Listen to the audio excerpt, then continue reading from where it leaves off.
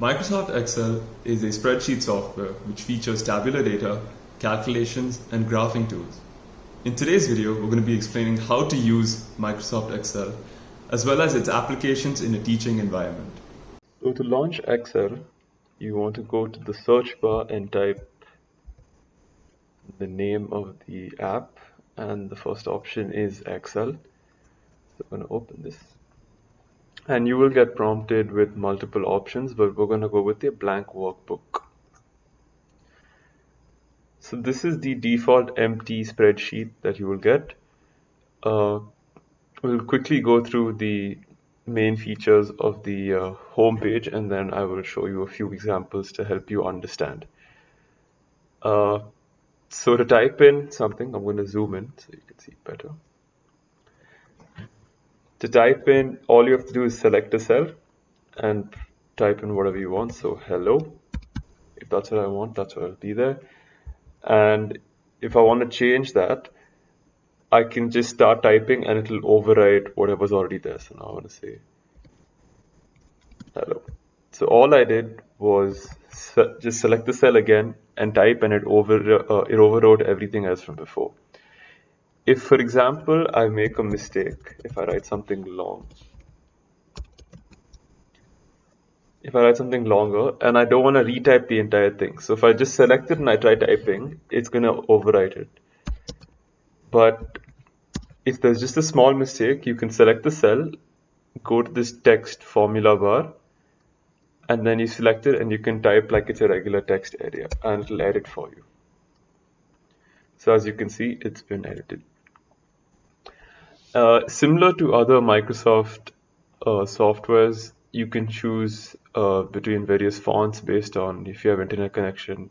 You can download new fonts off the web. Font size can be changed, bold, italic, underline. This specific cell is it controls the borders of the cells. So if I were to select a few cells, so to select a cell, you press, and this selects the current cell. If you want to select more cells, then you can press, hold it, and then drag to how many other cells you want. So if I want this entire row, I can do that, or I can make it this. So I'm just going to take the first 9 cells here, and then I can do a drop down, and I can choose between various options here. You can try different ones if you want. So I'm going to say all borders, and then I can also select it again, and then I can choose a color to fill them. So I can say, let's fill these black. And while this is selected, I can choose the text color as well. So this will set the color for all of these. So I can just go ahead and type whatever I want. So these are the basic settings. These are the alignment. So this means if you have a slightly bigger cell, so we can change the cell dimension by just dragging on the left side. I'll change the color to make it easier to see. So you can, by dragging on this on the leftmost bar and the topmost bar, you can change the size of the cell. And so alignment in Excel is different from regular alignment. So once I select this, so this is bottom alignment, middle alignment, and top. And this is left alignment, center alignment, and right side alignment. So if you are in the center of the cell, you can go for center here and middle. So it gets it in the center. And similarly, you can do it with all the cells however you like it.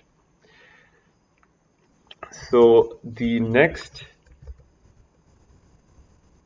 feature that we'll talk about will be merge and center. So what merge and center does is it takes the cells that you've selected. So I'm just going to select these and say no border to make it back to normal.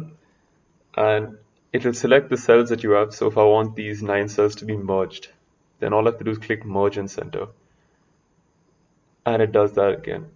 If I want, you can go to the drop down menu and press unmerge, and it sets it back to normal. Or if you've just done this, then you can use the command using your keyboard Control Z, and it undoes whatever action. This is not only for merge and center, for whatever controls or whatever function you do. If you press Control Z, it will undo the latest function that you did. So here, if you have, say you have values in this, so you have 1 and 2. Those are the current values you have in these cells, and you want to merge them. So if you press merge, it's going to take the uppermost left side value when you're merging these cells. So I selected both of them, now I press merge in center, and so it says right here, merging cells will only keep the upper left value. So that means it will keep the 1. And so we have that now, and then Control Z will take us back. So now I'm going to take you to a demo sheet that I've already made to explain a few examples. So this is a sheet which I put some of my own data in, and I'll be showing you how to do various functions using these as examples. So right now we have roll number, but as you can see, the roll number column is empty. So we have names, we have marks, we have a few functions here which we'll be getting to in a second. So right now we have roll numbers, and to fill this out, you could just go ahead and type 1, 2, 3, 4. The way I'm moving is I'm using my keys. So my left and right keys, up and down, I'm using those to navigate between cells. So I am just doing that. So you could do this, but when you have longer lists, if you have longer lists, say there's instead of only 5 names, say there are 20 names. So then all you have to do is just start with the first 2 numbers in that series. So type 1 and 2, and then you drag and select them both. And there's this small box here that you press, and as you can see on the bottom right, bottom left, that is written that drag outside selection to extend series. So as you drag it, it will continue the series for you. So you can see 5, 6, 7. So if I wanted to go further down, it takes it all to 17. So this just drags it continues any series that you have. So in this case, it's numbers. So imagine you want to say maybe if you want to do weekdays or days of the week. So Monday, Tuesday, Wednesday, it does the same. So it will continue any series these have to be common series. They can't be any random series that you would put yourself.